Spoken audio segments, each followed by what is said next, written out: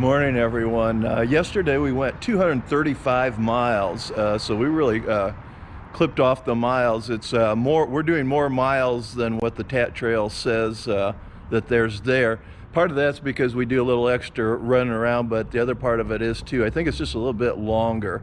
And if you go around like we did yesterday, it really adds to the miles, so it's something you got to be careful with. Today we're supposed to be going from Blacksburg, Virginia, down to Damascus, Virginia, which will end up the end of the Tat Trail. I'm beginning to doubt that maybe we can even make that. These Tat Trail roads are definitely not just backcountry roads, but they're Forest Service roads and what have you. And you can only go, a lot of times, only maybe 15 miles an hour. So it really takes a lot longer to travel this than what you might think. And for those of you who are interested in my cheat sheet, what I'm doing as we run this, I'm adjusting my cheat sheet so that when I provide that information to you, it'll actually be pretty accurate on how far you can actually go. I don't know if anybody's ever done that for people before, but it'll give you a good idea of exactly what you can expect. And I'm adjusting that even for the time periods that maybe we jumped off the trail because we couldn't find it. I'm making allowances for that. So I plan on having a great day. Oh, one more thing.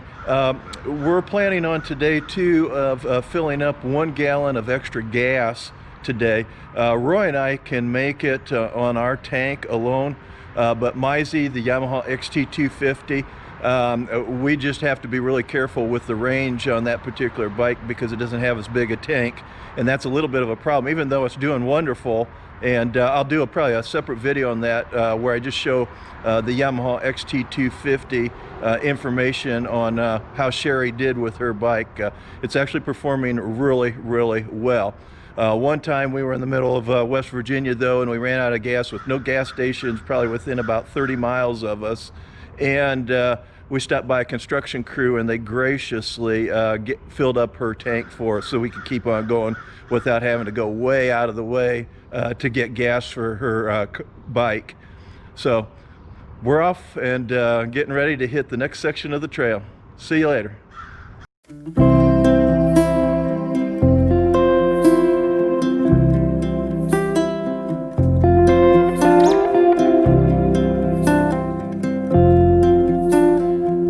As you can see, it didn't take us long to get back onto the dirt roads in Virginia as we head to the southwest toward the North Carolina line.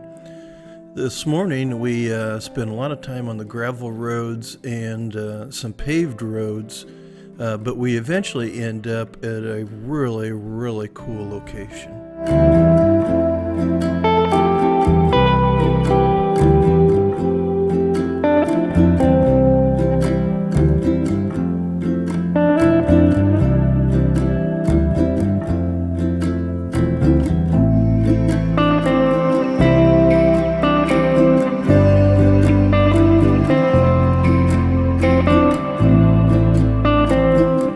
Here we are riding along the New River. This particular road jumped back and forth across the railroad track as it followed the river northbound.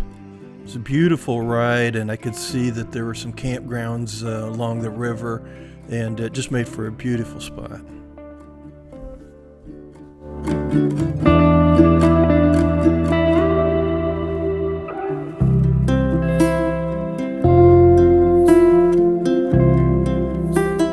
Had it been hot out, this tree-lined section here would have been really nice because it would have provided some shade as we continued our ride north.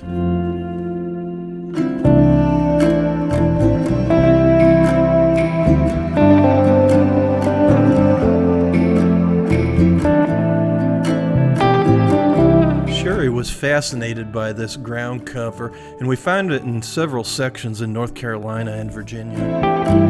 Unfortunately, I'm not familiar with it, so I can't give you what the name of it is. After going through the town of Eggleston, Virginia, we find ourselves back on these country roads again that are part gravel, part pavement.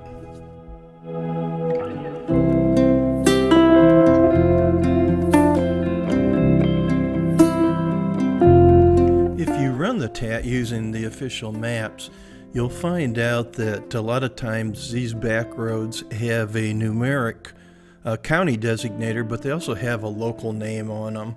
And sometimes the tat maps have both of those names, sometimes they don't. So you just kind of have to pay attention when you're trying to navigate, that you make sure you're on the right road.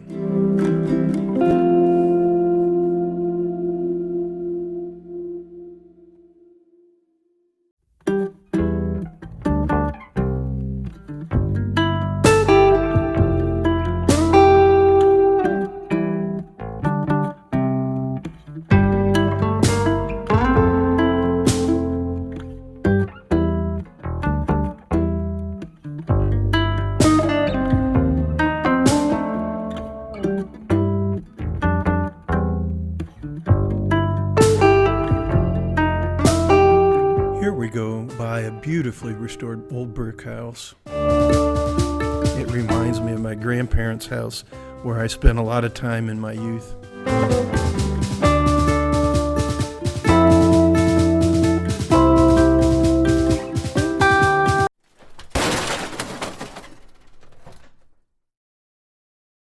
Hey everyone, as you can see from this video's background, I'm back in Florida here.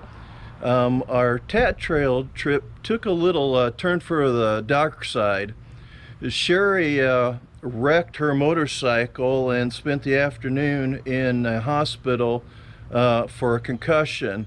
I'll give more information on that on future videos, but luckily she was wearing her helmet, riding jacket with padding, padded gloves, double pair of pants, her boots, and she got away with just some minor scrapes and a concussion.